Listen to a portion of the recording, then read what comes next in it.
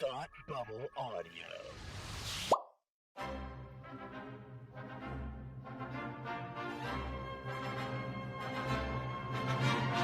Look, up in the sky! You will never find the more wretched hive of scum and villainy. Welcome to Beer with Geeks with Tim and Frank.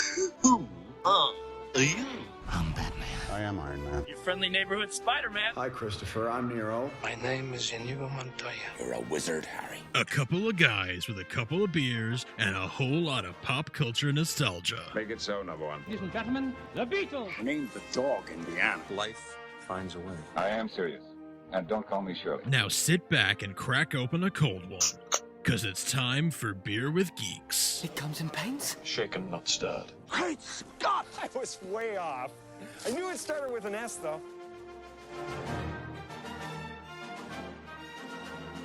Hey, and welcome to Beer with Geeks, the show where two geeks geek out with beer. My name is Frank. Tim is not here today, but I am really happy to be joined by a friend of mine. Welcome to the show, Sylvie. I'm so excited to be here. I'm already giggling.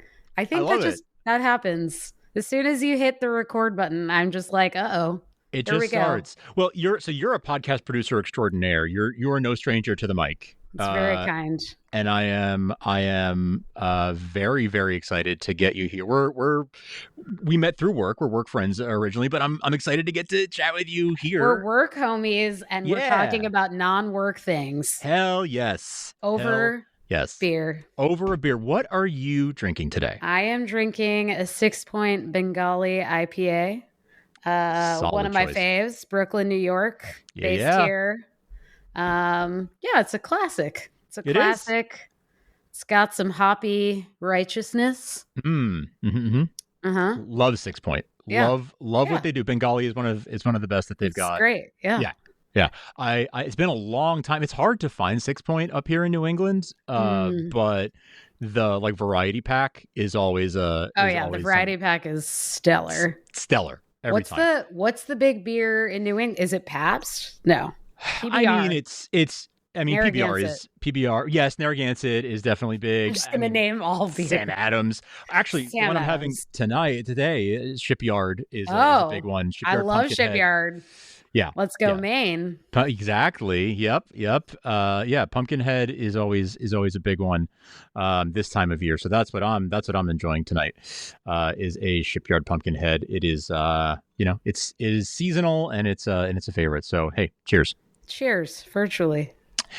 I was super excited when you told me that you got super into Andor. It happened. Because I know I don't know you to be a diehard Star Wars fan. We've talked about it a little bit. I know you've seen the films, you have exposure to it, but it's not your thing, let's say. Yeah, I didn't have the figurines. Sure.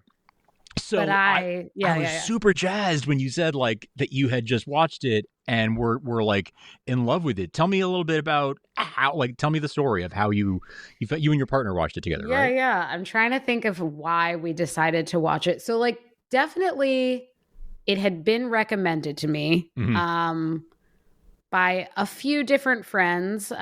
Some people who are more Star Wars heavy.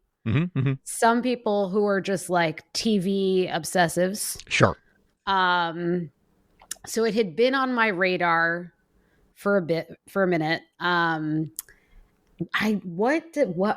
can't remember why we eventually decided to just say okay, let's do this. But at some point we did. We said, let's do this. And I had watched Andor without seeing Rogue One. So this was I've seen, the original trilogy, the prequels, the sequels, hadn't really seen any other spinoff. But we commit, we say yes to Andor. And from the first episode, I was hooked. I could tell that the character Andor was going to be super compelling. The world was so detailed and intricate. I was blown away by the production. And I was excited to get this this new layer into the Star Wars universe that I like vaguely remembered from like when I watched the movie A New Hope years ago, but like didn't really remember. Sure. And now I want to watch all of them. Right? Yeah. I'm in. Oh, that's so great. So did you binge both seasons back to back? We did back to back. It was a healthy binge. I feel like we never like exceeded 3 episodes in a night, because they're like, some of them are really heavy. They're heavy, yeah. Like the prison episode, I was like, whew, that got me. That was some heavy stuff. That was the Andy Serkis and all that. Yeah, like that. Oh my god, yeah. Masterpiece episodes, like just standalone episodes. Yeah. But yeah, I felt like we did a healthy binge. Nice. And after we finished the second season, we had to watch Rogue One, of course. So that was like a whole other level of excitement, discovering that like characters from the show were in the movie, and the thought that it had to take to like actually reintegrate those characters into Andor. Like it was just very satisfying. Totally. Yeah. Yeah. I mean, like Mon Mothma and Saw Gerrera, like, oh my God. Yeah. Especially in season 2. Yeah. To like really tie those things together right down to like, you know, it takes you right into where the movie starts. Yeah. When did Rogue One come out? Rogue One came out in 16 or 17. And then Andor season 1 is COVID. Is it 2020? Yeah, 21 or 22. Yeah, it was shot during COVID. Okay. But came out like right as we were coming out of the pandemic. And do you know, like, was the intention, I feel like as a Star Wars stan, you would know this, was the intention always to create a spin-off show like after Rogue One? No, like I mean so like Rogue One happened and it was a one-off idea. One of the guys at ILM, Industrial Light and Magic, which is, you know, Lucasfilm's special effects house. Okay. One of those executives there had this idea of, what if we told the story of how the Death Star plans, like how Princess Leia got the Death Star plans, like what went into getting those into her hands before the beginning of A New Hope. That was really the nut of the idea. And they just sort of developed that and made the movie around that. That was really it. And it wasn't until later that that movie was sort of had some production issues. They sort of changed directors partway through. It was sort of went through some major rewrites. It wasn't really hitting the notes that that Disney wanted it to hit. But they you know, those tortured productions can sometimes turn out not so great movies that sort of look like they were made by committee, right? Mm-hmm. I don't feel like Rogue One is that at all. I feel like they actually did an amazing job. They pulled it off. I would not have guessed that based on the final product. Exactly. Like they did such a marvelous job with it. I think it's a real success story in that regard. And the director who ended up taking over, you know, because that film was so universally, you know, critically acclaimed and loved by fans alike, Disney then decided to go ahead and look into doing a series. Once Disney Plus was a thing and they were looking to do all of these in-depth series on different characters and different times in the sort of Star Wars timeline. That's where that came about. Wow, that's interesting. Yeah. So if it had flopped, if like Rogue One had flopped, we probably wouldn't have had an Andor. No, I don't think we would have. Nope. Nope. Cassian Andor is a character that was created for the movie. You know, doesn't have any history outside in other Star Wars lore. Yeah. created for the movie and is now, beloved because of the movie and the show. Obviously, the show is so interesting to me because it's actually so not Star Wars in so many ways, and that's actually one of the things that a lot of people point to as what makes it so good, is that it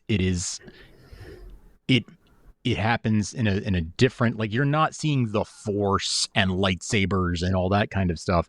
It's more the point of view of like the normal everyday people in the Star Wars universe. Totally.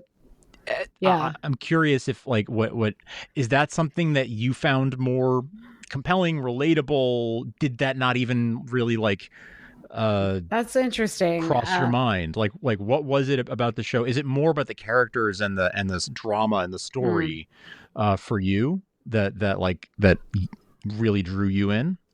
Yeah, I don't know if I was like hyper aware of it while I was watching. Sure. the absence of a lightsaber. What I kept thinking is like, this feels so relevant to the political climate today, and like eerily so. And that was compelling for me, like that it just had all these overtones and undertones and like really told the story of what happens when like oppression rises to power. Yeah. An oppressive government rises to power, and like how that fragments people, how that galvanizes people. So yeah, I get, now that you're like stating it very obviously, like, yeah, maybe there was something more compelling about Andor's universe because it had like ties to today and less like we're on a dune of sand and here is a magic stick. Right. Here's your magic laser sword. Like, I mean, but yeah, you're right, and that is the thing that Star Wars fans have pointed to, is like, this is so different, and that's what makes it so compelling. Like that, it is.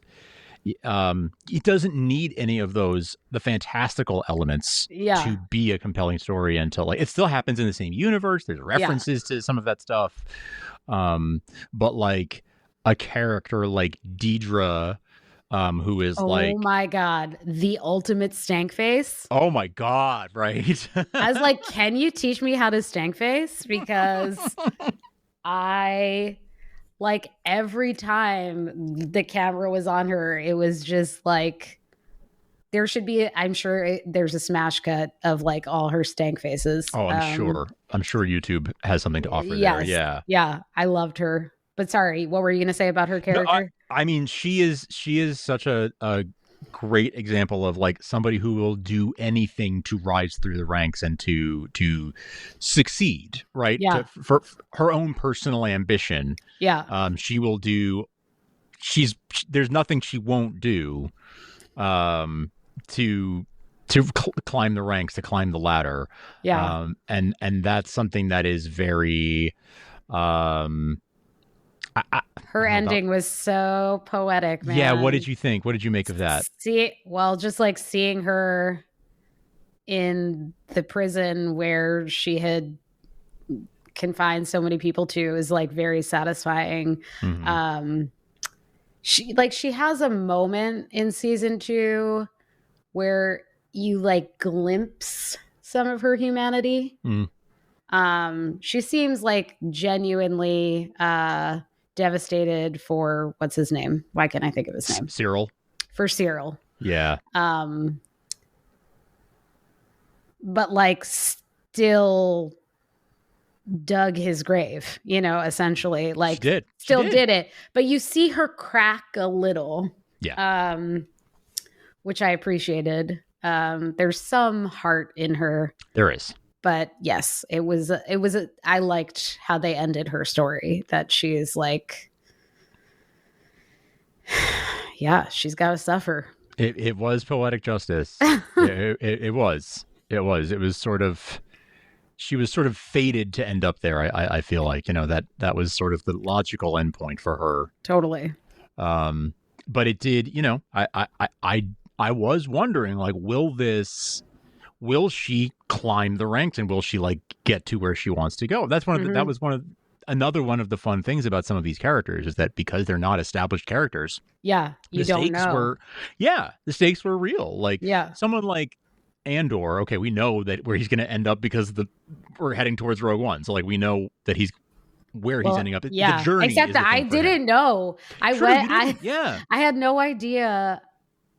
I don't want to spoil it for people who haven't seen it, but everyone who listens to this podcast, I'm sure, has seen it. Yeah. So but I didn't know that he died in Rogue One. I had no idea. So you knew his ending going into it. I wonder. Yeah, I watched it sort of like in the chronological order, but out of release order. So things just like things that you knew I didn't know, and that's also, I don't know. I'm rambling. That's part of why I wanted to get your perspective, right? Because like you have that perspective of somebody who is coming to it from purely from I like Star Wars like enough to watch a Star Wars show. But I don't live and breathe it. So like, you didn't know what was going to happen to him. You didn't know any of that. So you came in, kind of the ideal viewer. You had enough of an understanding to sort of be like, cool, like, Luke Skywalker, whatever, I get it. Yeah. And then like to be able to enjoy the show for what it was and to really appreciate what they were serving up to you. So like, we talked about, we can talk a little bit more about Cyril, but because he's also a really talk about the like modern day sort of like the person who gets radicalized, right? And who like really believes in the cause that they are going down the rabbit hole for, and then it turning out not to be exactly what he thought. He gets caught up in the crossfire of it. He's all like, I felt really sad for him. I gotta find this Andor guy. And when he does find him, he's sort of like, who are you again? That who are you? And like, who are you? I think he's like, says that. Yeah. That was a crazy, that whole, like how their relationship culminated, Cyril and Andor, was like nuts. Just that like Andor is such an important figure in Cyril's life, and Cyril like doesn't really factor into Andor's life in a meaningful way. But also like his like radicalization, and then like his epiphany that this is all fucked and like this is all a ruse and he's been a pawn, was just like, whew. You can be a bootlicker, but they're never, no matter how good you are at licking the boot, they're never going to let you wear it. They're never going to let you wear it. Like that's the lesson that Cyril learned the hardest way. He did. Oh, just never... I felt for him. For him. I loved to hate him at times. Like he he was also a great But he was sympathetic to a point, but also like loved to hate him. Yeah, I mean, season 1, he's like, it's pure hate. Yes, yeah. Season 1 is pure hate, and then season 2, you see this other side of him that's like, I thought we were here for one reason, and now I'm realizing that was all bullshit. And like, I could see how someone could get sort of like sucked into a universe like that and really believe that they're doing the right thing, and then realize, oh no, you're not. And like, to a degree, it's like, why wouldn't he believe that, right? Like, look at what he's surrounded by and the world that he's in and everything. Like, why wouldn't he believe that? Why what wouldn't was he up with his mom? Like, what was that relationship? You said that in season 1 that there was like nothing sympathetic about him. I would say in retrospect, now looking at the 2-season arc, right? Yeah, it starts to change the first time you see him and his mom. Yeah. And then that carries into season 2, I feel like. That's very true. Because Oh, and I liked how, I can't remember if this is 1 or 2, but how Dedra, I think it's 2, how she defends him. When Dedra just diffuses his mom. Oh my God. She just said, no, bitch. Mm-hmm. Nope. Mm-hmm. There's a new woman in charge of his life. Yes. It's me. And it's me. Yeah. These are the terms on which you will visit, and you will you'll like it and say thank you. 100%. Yeah. Completely just taking charge as she does. Then on the other side of the balance of good and evil, you have oh gosh, I can't remember the characters. Well, let's talk about Mon Mothma. That's a character that we can because I just her. adore her. She was maybe my favorite character. I loved her performance, like just like purely on an acting, loved her performance. And I thought her story, her arc was really interesting. And it sort of starts off like a little bit mysterious, a little bit timid, isn't sure if she's ready to go all in. And then by the end is basically like one of the leaders of the rebels. And yeah, I freaking loved her. I loved her. Is she in other things? I've never seen this actress before. She must be. So I only know her from Star Wars. So so there's kind of a fun backstory here where so Mon Mothma is a character in one scene in Return of the Jedi. Okay. She has one scene. She gives a speech to like motivate the rebels before like the big Act 3 climax of that movie. I don't remember her from. No, I've seen it, but I don't remember. No, but if you haven't seen it in a long time, you wouldn't remember. Yeah, like it. But when they were making the prequels, they cast this actress Genevieve Riley to be a young Mon Mothma in the prequels in 2005, and then her scene got cut. So she shot this scene, and it was never in the movie. So she was left on the cutting room floor. When they went to make Rogue One, they wanted to have her in it, so they said, let's get this same actor that we never ended up using in Revenge of the Sith. So she got her like day in the, thank God, God. And she was so great in that, and that they decided to bring her back for the series, and really she got to really show her acting chops here. Wow. I've never seen her in anything else. I've only ever seen her deleted scene from Star Wars, and then the I want to Google her now. She's fantastic. She's fantastic. I can't reach my keyboard. I just love her. I think she's fantastic. Like the thing that really the arc with her daughter, her season 2 arc was made more of an impact on me. Her daughter's wedding, the whole like I'm sort of selling my daughter into this life. That wedding episode was another one. Wild. Her and just like dancing Is the she night on away. Like E? Like I was like, what's happening? You are at a rave right now, and I'm here for it. That was definitely like the implication, right? Like, she was partying, man. She was partying.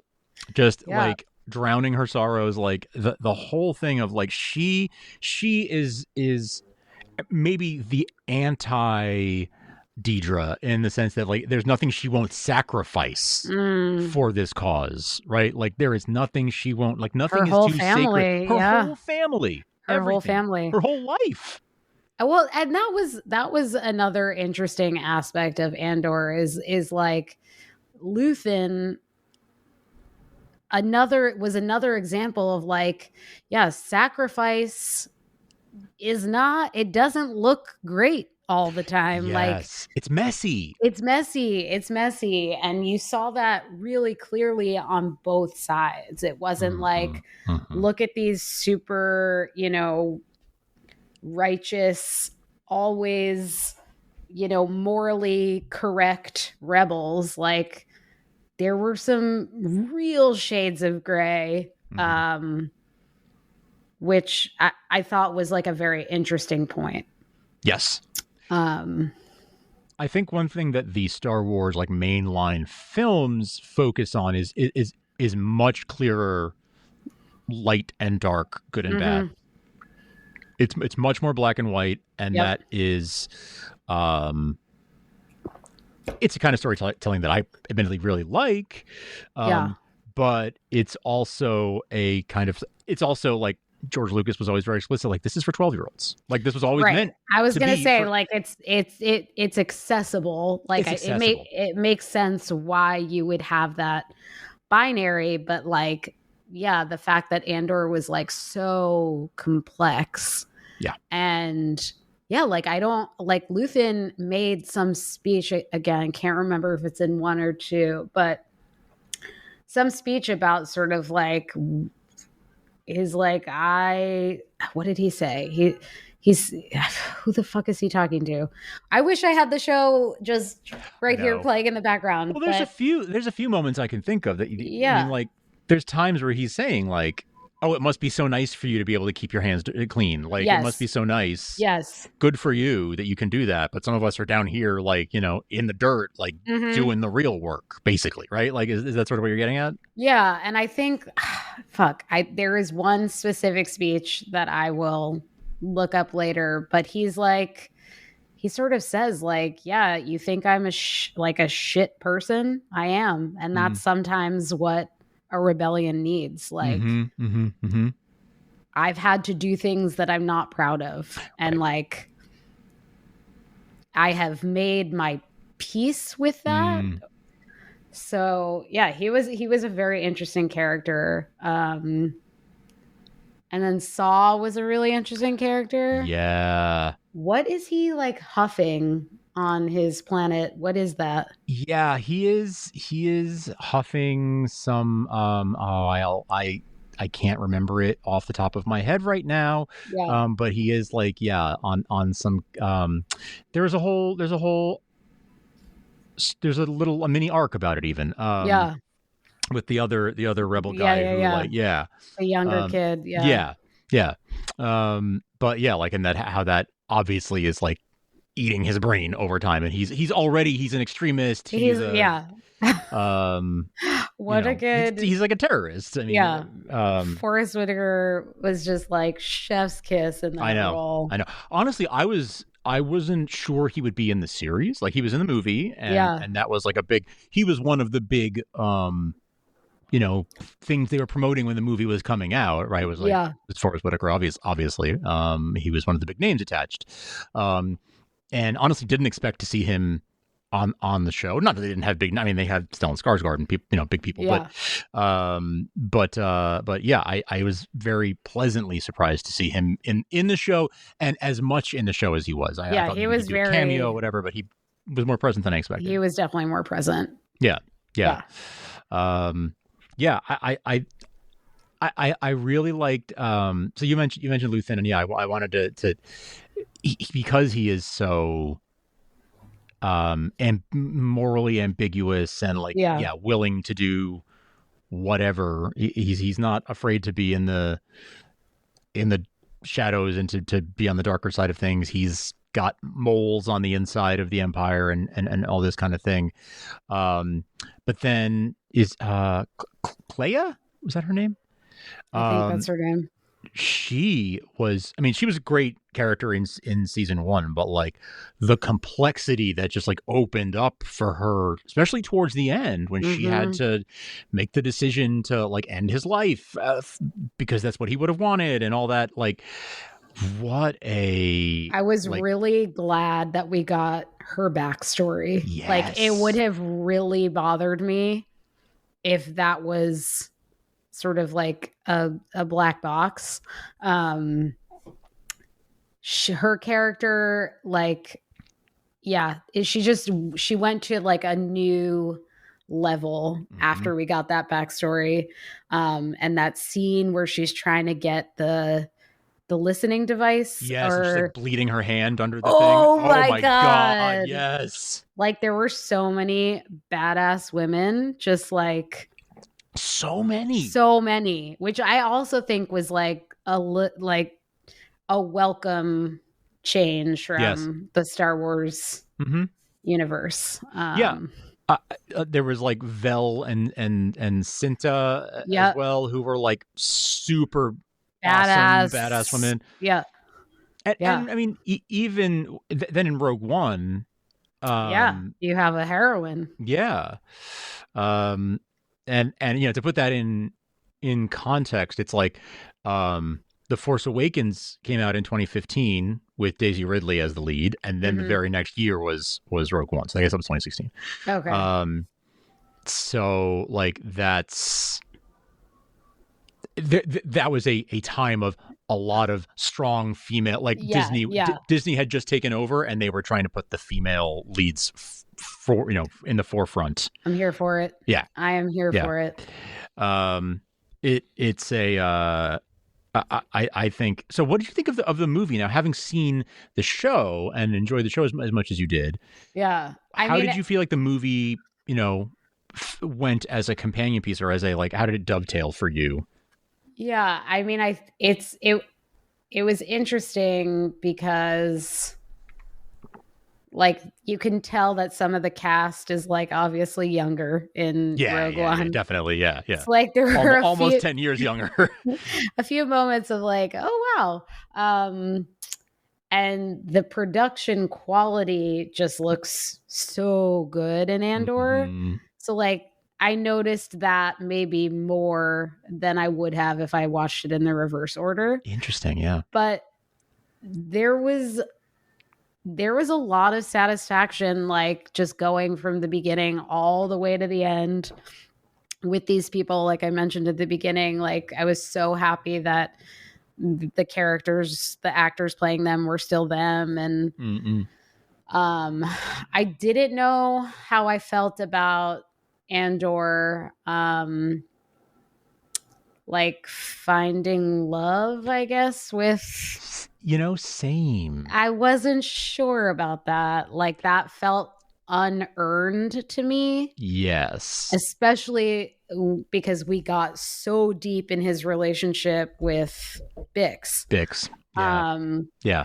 So I was like, like I get it, but I don't know that you guys have earned it.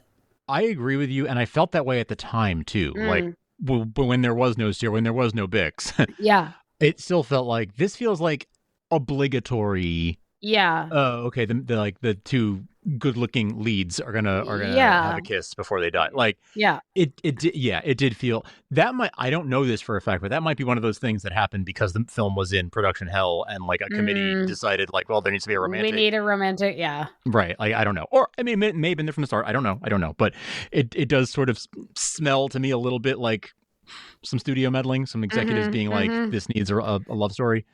Yeah. The sort of cynical, like, well, if guys are going to bring their girlfriends to it, there needs to be a love story, that kind of thing. Come on. Yeah. Yeah. So I felt that way even at the time. Like, I could have done without. It would have been fine without it. We didn't need it. Like, they could have just been. It's not like their love story was going to go anywhere after the movie anyway. Yeah, like they were going to. I wasn't sure that he was going to die. I didn't know that going into it. And even at the end, I think I was just like, wait, is he really going to die? And Greg was like, yeah, boo. Like, they're dead. And I was like, that mushroom cloud is pretty much, yeah. Yeah. So that was a pretty sad. Yeah. Pretty sad way to go. I mean, they get you though. They have that Princess Leia. Yes. Which is like, then I feel like Star Wars real fans were probably going crazy. I was going crazy. Oh, yeah. It's like, oh my God, she's in it. And that was actually, Carrie Fisher passed away like a couple weeks before the movie came out. Oh, so it was a very poignant thing to see her. She died right around Christmas. And then to go see the movie, and there's young Carrie Fisher. It was just so like, everyone was so like, oh my God. Like, it was a very poignant, touching thing. Yeah. It was that you couldn't have planned. No, truly. Wow. Okay. Yeah. I didn't realize that timeline. That's crazy. Oh my God. Just the way that movie ends, and that it just takes you literally right up to the minute where Star Wars begins. Yeah. Is just so beautifully done, and I love it every time. I want to watch them all. Like, I really need to go back. Have you watched the whole thing in succession? I mean, Like in chronological. not in a long time. Okay, Not in a but long you've time. done it. I've done it. I have done, like, I saw Rogue One a couple of times when it was in theaters. Okay. And one of those times, I made time. This is before I had a kid and I could do this. I made time in my day to go see Rogue One, come home and put on Star Wars and put on A New Hope immediately to like get that experience of like that dovetailing from one into the next. Yeah. Beautiful. I should have done it. I was very tempted. It's very very late. It's when I was much younger, I did do a few times, like in my teens and 20s, to do some like nights of like, let me binge a bunch of Star Wars movies. Or there's one time where I did, back when there were only 6 movies, I did 6 nights in a row, 1 movie a night for a week. And I've done that, but it's been a long time. It's been a long time since I've been able to, but I look forward to, my daughter is starting to show like interest in it, and like she's got her Star Wars bath toys and a couple of books and stuff, and like she really likes Princess Leia, so like I love that. Sometimes she'll want to like, she'll be tell me a story and I'll just tell her the story of Star Wars from Princess Leia's point of view. And so that's like, she's getting into it. She has her baby Yoda that she loves, her Grogu, and like, so we're definitely like inching into it. And as she gets older and like closer, she's only 3, so she's not quite ready for it yet, but like she's seen some scenes and some stuff, some clips and stuff, and she's into it. So I look forward to, as she gets older, being able to show them to her and getting to experience it through her eyes. That's awesome. As she grows up. Yeah. That's like half the fun of the Star Wars movies, is just like building the lore within your own family. And truly. Yeah. That's the fun thing of it. I mean, my dad is not a Star Wars fan, but I only took an interest in Star Wars because it was on TV one night and he was like, "Oh, here's a movie we can watch together." Like, it's like good, clean fun. Like, let's watch a action movie together, basically. And and that opened up a whole world universe. Yeah. I got way more into it than he ever did. Yeah. But it started because he was like, "Oh, this would be a fun thing for us to watch together." So that's how it starts. I love it. That's how it starts. Yeah. That is how it starts. Yeah. Hey, any closing thoughts on Andor or Star Wars or anything? So this made you want to watch the films. I want to go back. I vaguely remember. It's funny because I feel like the prequels came out when we were, I don't know, I'm a little bit older than you. It was from 99 to 05. Yeah. Okay. So like, I have like vague memories of like seeing those in the theater. I don't think I remember being excited about them, but I don't think they like had a lasting impression. Mm-hmm. I have real concrete memories of like the original trilogy. Just like, I went to a sleepaway camp. We had like a themed weekend that was all Star Wars, and it was awesome. And so like, that's very ingrained in my childhood. And then with the sequels, like those have been some of the best action movies that have come out over the last 10 years. But yeah, watching Andor really made me want to go back to the beginning. And just, hit play. I could not recommend doing that more. We're all there for you on Disney Plus whenever you feel so inclined. I know. And I'm thank you for coming on here and chatting with me about it, because it was just, I was just excited to geek out on this with you a bit. This was you were my source of truth for all things Star Wars. So happy to be that. Anything you want to plug while you're here? Any projects people should check out? Sure. Yeah. I produce a podcast called Talking Too Loud, where we geek out about not Star Wars per se, sometimes movies though, but mostly marketing and B2B, and it's a different kind of geeking out. It's marketing nerds instead of marketing nerds. Sci-fi nerds. But you know what? There are probably so many lessons, so many marketing lessons in the Star Wars universe. There's a lot of overlap. So Everything being shades of gray. Yeah. Yeah. Yeah. This is the crossover episode I didn't know I needed. There you go. Yeah. Well, thank you, Sylvie, for joining me.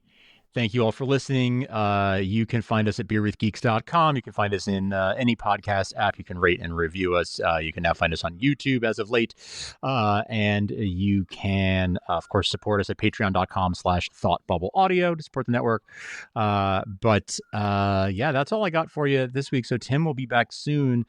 But until then, thanks once again, Sylvie, for joining me. And until next time, everybody, cheers. As the siren goes. They found her. They Yeah. found Sylvie. They found me.